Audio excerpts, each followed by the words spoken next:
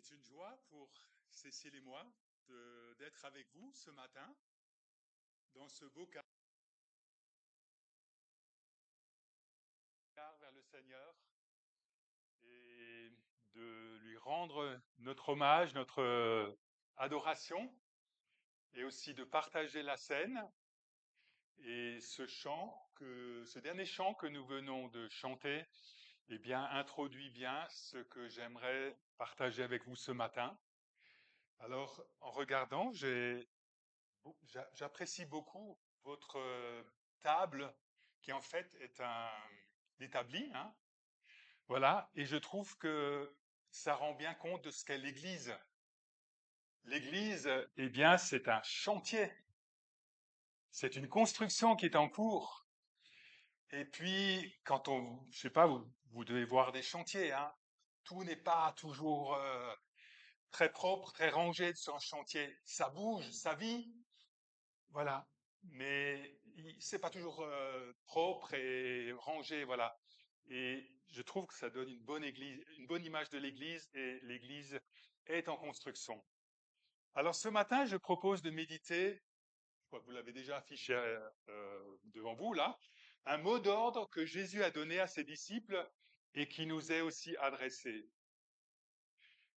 Aimez-vous les uns les autres. Comme je vous ai aimé, vous aussi, aimez-vous les uns les autres. À ceci, tous connaîtront que vous êtes mes disciples si vous avez de l'amour les uns pour les autres. Alors, ce commandement de Jésus, nous le connaissons bien. Il est suffisamment simple pour qu'un enfant puisse le comprendre et le retenir, mais aussi suffisamment profond pour que les chrétiens les plus mûrs n'aient jamais fini d'y trouver du grain à moudre. Il prend un relief tout particulier lorsqu'on examine le contexte dans lequel il a été donné. Alors, nous n'avons pas le temps ce matin de lire tout le chapitre 13 de l'évangile de Jean. Jésus partage un dernier repas avec ses 12 disciples avant de souffrir la passion. Et l'évangéliste Jean introduit son récit par ces paroles. Avant la fête de la Pâque, sachant que l'heure était venue pour lui de passer de ce monde au Père, Jésus, qui avait aimé les siens qui étaient dans le monde, les aima jusqu'au bout. Jésus avait aimé les siens et il va les aimer jusqu'au bout. Et selon une autre traduction, à l'extrême. Au cours du repas, il lave les pieds de ses disciples, une tâche ordinairement réservée aux esclaves. Il prend de l'eau et une serviette et se met à genoux et lave les pieds de chacun de ses disciples. Et il leur demande d'en faire de même entre eux. Si donc moi, le Seigneur et le Maître, je vous ai lavé les pieds, vous devez vous aussi vous laver les pieds les uns aux autres. Puis, l'esprit troublé, il leur annonce que l'un d'eux va le livrer. Et il tend à Judas un morceau de pain qu'il avait trempé. Il exprime de cette manière son amour envers celui qui va le trahir. Il l'invite à faire rapidement ce qu'il est sur le point de faire. Judas sort et Jésus prononce encore des paroles étonnantes. Maintenant, le Fils de l'homme, c'est ainsi que Jésus s'est souvent désigné, le Fils de l'homme a été glorifié et Dieu a été glorifié en lui. Jésus entrevoit la, Jésus entrevoit la gloire qui couronnera l'œuvre de salut à la croix.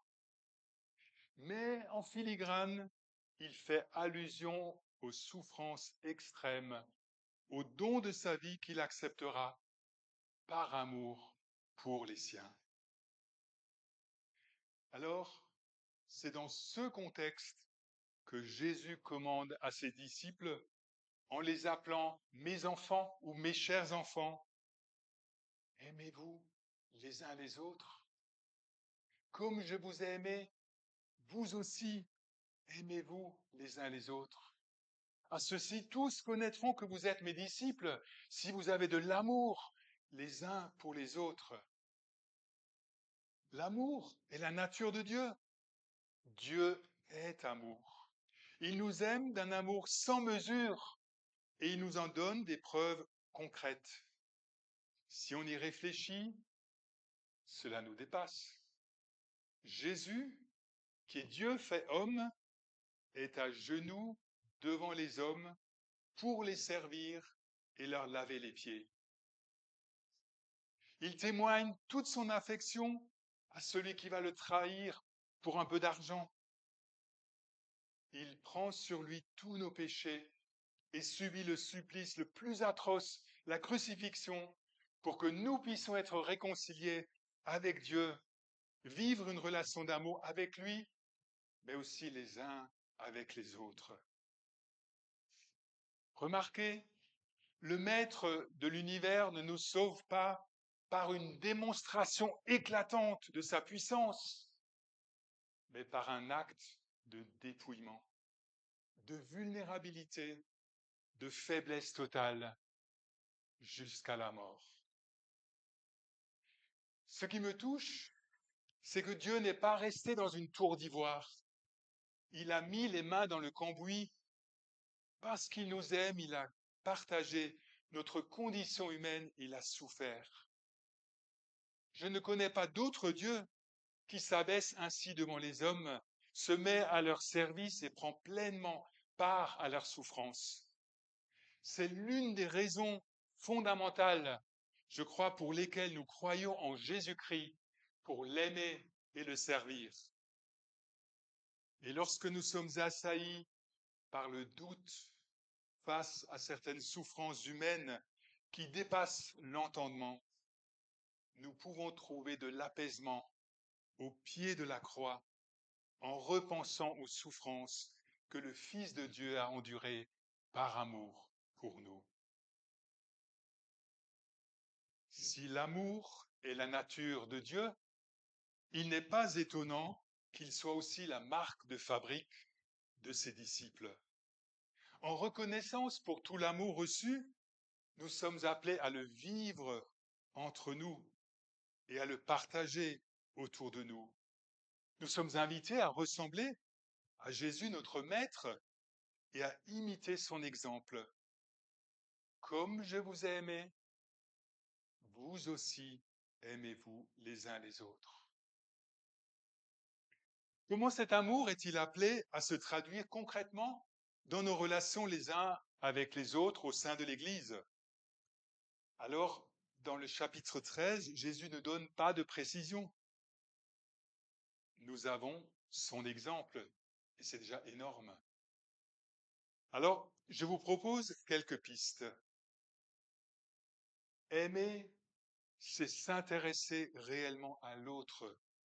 C'est l'écouter, chercher à se mettre à sa place et le comprendre, être concerné par lui. C'est chercher à répondre à ses besoins. L'apôtre Paul nous encourage. Réjouissez-vous avec ceux qui se réjouissent. Pleurez avec ceux qui pleurent. Cela implique d'être suffisamment proche pour savoir ce que l'autre vit. L'amour est une attention à l'autre qui devient peu à peu engagement, reconnaissance d'un lien qui nous unit, d'une appartenance mutuelle. L'opposé de l'amour n'est pas la haine, mais l'indifférence. Lorsqu'on est indifférent à quelqu'un, c'est comme s'il n'existait pas. Être ignoré, c'est vraiment blessant. Avons-nous de l'amour, de l'intérêt pour chaque personne de l'Église, tout en étant conscient qu'on ne peut pas développer le même degré de proximité avec tout le monde? Aimer nos potes, nos amis, ceux qui nous ressemblent. Quoi de plus naturel? Jésus nous demande d'aller au-delà des affinités naturelles et de ne pas juste aimer ceux qui sont agréables, ceux qui nous font du bien. Dans le Sermon sur la montagne, il a fait remarquer, si vous aimez seulement ceux qui vous aiment, si vous ne saluez que vos frères, que faites-vous d'extraordinaire? Les païens n'agissent-ils pas de même?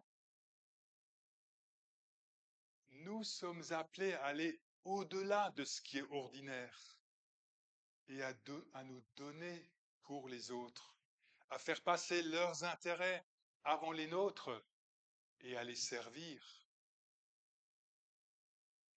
L'amour signifie porter le souci de personnes dont nous préférerions ne pas avoir à nous occuper. Quelqu'un a dit, Dieu nous apprend l'amour en plaçant à nos côtés des personnes que nous avons du mal à aimer. Et il a ajouté, il a toujours des vues pleines de bonté à notre égard. Certaines personnes peuvent nous agacer, nous contrarier par leur manière d'être, par leur manière de voir les choses. Réalisons-nous qu'elles nous donnent l'occasion de nous remettre en question, de sortir de nos étroitesses, de nous ouvrir à d'autres valeurs, d'autres façons de penser que celles dans lesquelles nous pourrions rester enfermés. Nous avons beaucoup à apprendre des personnes différentes de nous. Dans son livre Déçu par l'Église, tiens, on peut être déçu par l'Église, hein. Dans son livre Déçu par l'Église, Philippe Yancey raconte son expérience alors qu'il fréquentait une église composée de gens très divers. J'ai commencé à apprécier l'église parce qu'elle me plaçait en compagnie de personnes très différentes de moi. Extérieurement, nous avions très peu de choses en commun, mais notre engagement envers Jésus-Christ, par contre, nous rapprochait énormément. Et il ajoute, comme nous oublions facilement que l'Église a été la première institution dans l'histoire du monde à rassembler sur un même pied d'égalité des Juifs et des païens, des hommes et des femmes, des esclaves et des hommes libres. En effet, le projet de Dieu, ou le projet de Jésus, c'est une Église où pauvres et riches, intellectuels et manuels, jeunes et vieux, blancs et personnes de couleur, ensemble dans l'amour, membres de la famille de Dieu, unis par le Saint-Esprit qui habite en eux. S'aimer les uns les autres au sein de l'Église, c'est discerner ensemble la direction à suivre. C'est viser le même but, c'est travailler vers l'unité. Alors, à première vue, on pourrait dire que c'est facile, hein? Notre but à tous n'est-il pas de suivre et de servir Jésus? Mais qu'est-ce que cela veut dire pratiquement? Pour une personne ou un groupe de personnes, la mission du peuple de Dieu, c'est l'évangélisation, aller vers les perdus.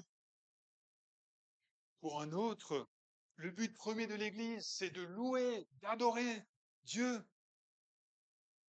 Un troisième aura à cœur l'étude approfondie de la parole de Dieu, la bonne doctrine. Pour un quatrième, la priorité sera de s'occuper des pauvres, des étrangers, des laissés pour compte dans la société. Un cinquième insistera sur l'importance pour l'Église de s'ouvrir au Saint-Esprit et de rechercher les dons spirituels. Le sixième rappellera qu'il est important de prendre soin les uns des autres au sein de la communauté, en particulier des personnes éprouvées, des personnes malades, âgées. Et on pourrait rallonger la liste. Nous avons tous un peu nos dadas, des points qui nous tiennent particulièrement à cœur. Et je dirais que c'est normal, parce que Dieu nous a créés différents, avec des sensibilités spirituelles, des dons, des appels variés. Dieu aime cette diversité.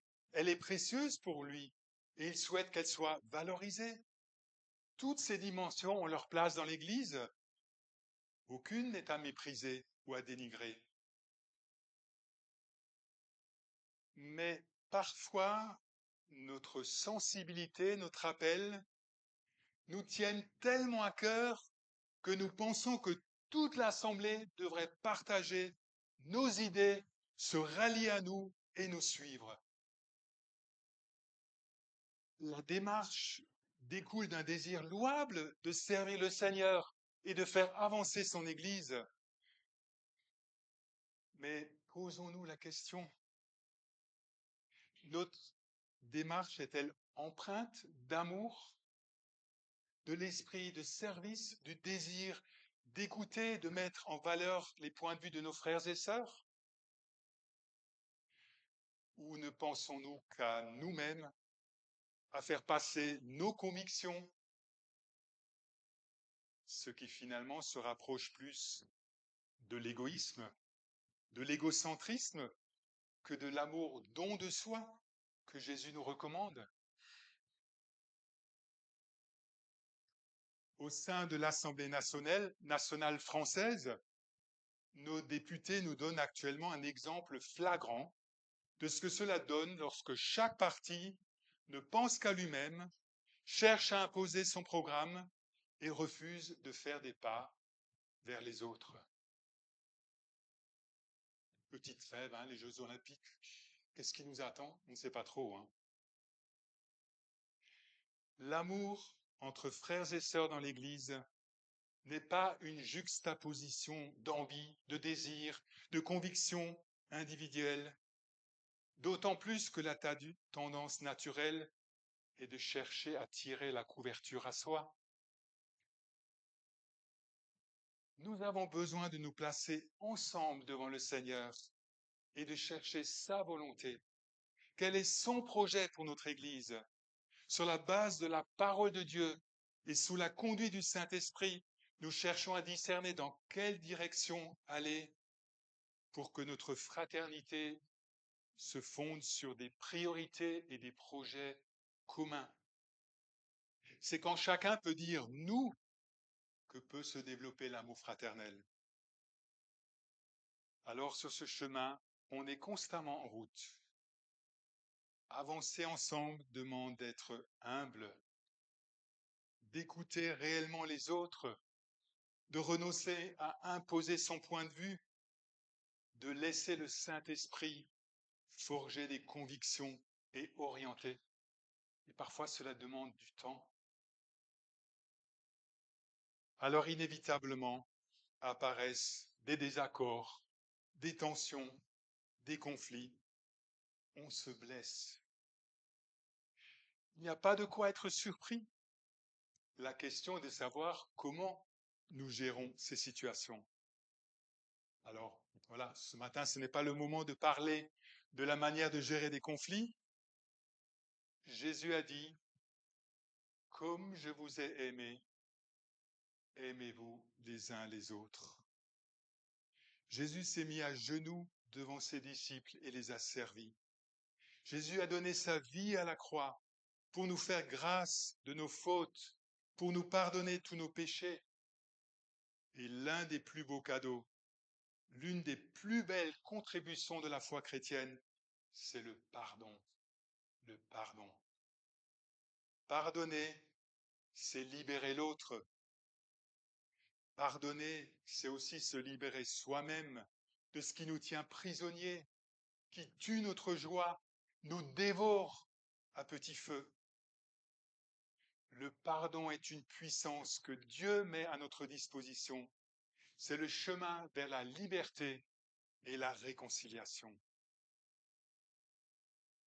Si nous réalisons l'énormité de la dette que Jésus nous a remise, l'immensité de la grâce dont nous sommes continuellement l'objet de sa part, alors nos relations les uns avec les autres respireront la bienveillance et la grâce. Qu'est-ce que cela fait du bien de se trouver dans une église où on se sait accepté et aimé avec ce qu'on est, où on a le souci d'être aux côtés de celui qui va mal, d'apaiser celui qui a fait une erreur, d'aider celui qui a chuté à se relever.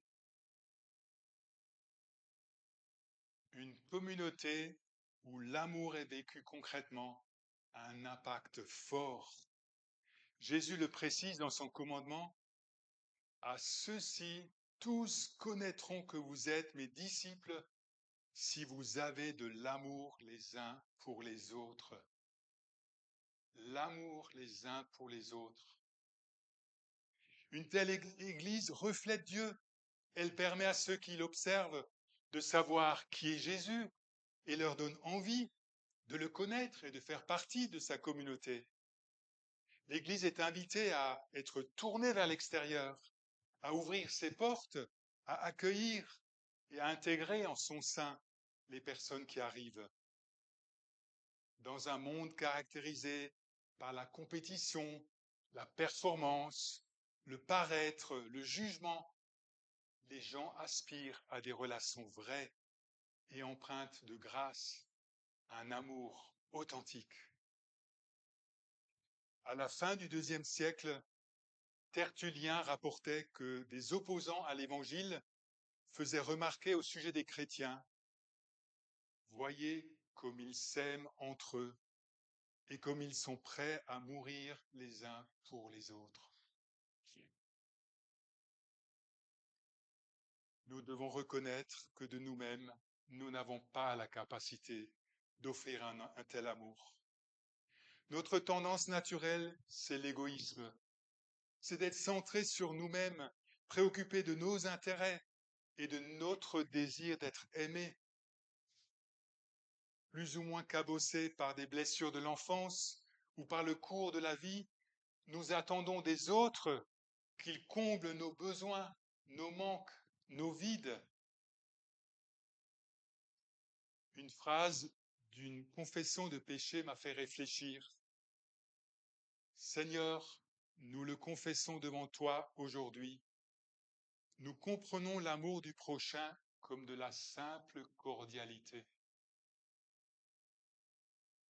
Nous aimons-nous les uns les autres juste d'une simple cordialité? Pour offrir l'amour de manière gratuite, désintéressée, généreuse, nous avons besoin d'être reliés à la source, Dieu lui-même, de méditer sur la manière dont il nous a aimés et nous aime toujours, et de nous laisser imprégner. Paul écrit que l'amour est déversé dans nos cœurs par le Saint-Esprit qui nous a été donné.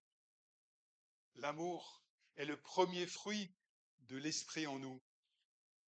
Alors parfois je crie, Seigneur, tu vois, mon cœur est dur, viens à mon secours, donne-moi ton amour.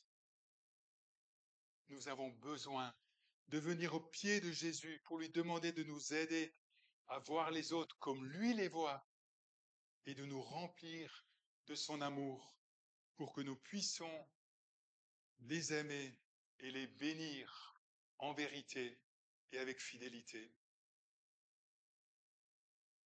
Alors il arrive que nous soyons submergés de sentiments d'affection pour une personne. C'est très beau, magnifique. Mais l'amour qui nous est demandé n'est pas un sentiment, en tout cas pas prioritairement. Jésus nous commande de nous aimer et un sentiment ne peut pas se commander. De plus, nos sentiments sont tellement fluctuants et donc non fiables. Aimer signifie choisir d'aimer, décider d'aimer et agir pour le bien de la personne.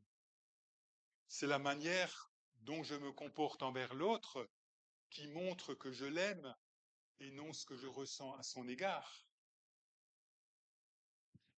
En parlant de l'attitude des maris envers leurs femmes, l'apôtre Paul relève que Christ a aimé l'Église jusqu'à donner sa vie pour elle, afin de la faire paraître devant lui dans toute sa beauté, pure, sans tache, sans aucun défaut. Ce qui est touchant, c'est que Jésus n'aime pas seulement l'Église telle qu'il la souhaite, mais il aime l'Église telle qu'elle est, imparfaite, pleine de taches et de défauts. C'est pour elle qu'il s'est donné. Nous aussi, nous avons notre rêve de l'Église idéale, de l'Église comme elle devrait être. Mais nous sommes invités à aimer réellement notre Église telle qu'elle est et nos frères et sœurs tels qu'ils sont et nous investir pour eux. Ce qui est réjouissant et motivant, c'est que Jésus s'emploie à perfectionner, à embellir son Église. C'est aussi son projet pour votre communauté. Il a promis, je construirai mon Église et les portes du séjour des morts ne l'emporteront pas sur elle. C'est une promesse que j'aime bien me rappeler. Ainsi, l'Église de Jésus a de l'espérance, elle a un avenir, il continuera à la bâtir jusqu'à ce qu'elle atteigne la plénitude, jusqu'à son retour. Alors, comme l'exprime un chant, nous prions, Seigneur, tu connais nos faiblesses, mais tu nous as choisis pour te servir. Nous voulons être des instruments utiles. Anime-nous, qu'on puisse voir que Dieu est vrai et plein de compassion. Que nous puissions nous aimer les uns les autres comme Christ nous a aimés, afin que son Église s'édifie et rayonne pour la gloire de Dieu et à la réalisation de son projet. Je vous invite à un moment de silence où chacun peut exprimer au Seigneur ce qu'il a sur le cœur et je terminerai par la prière.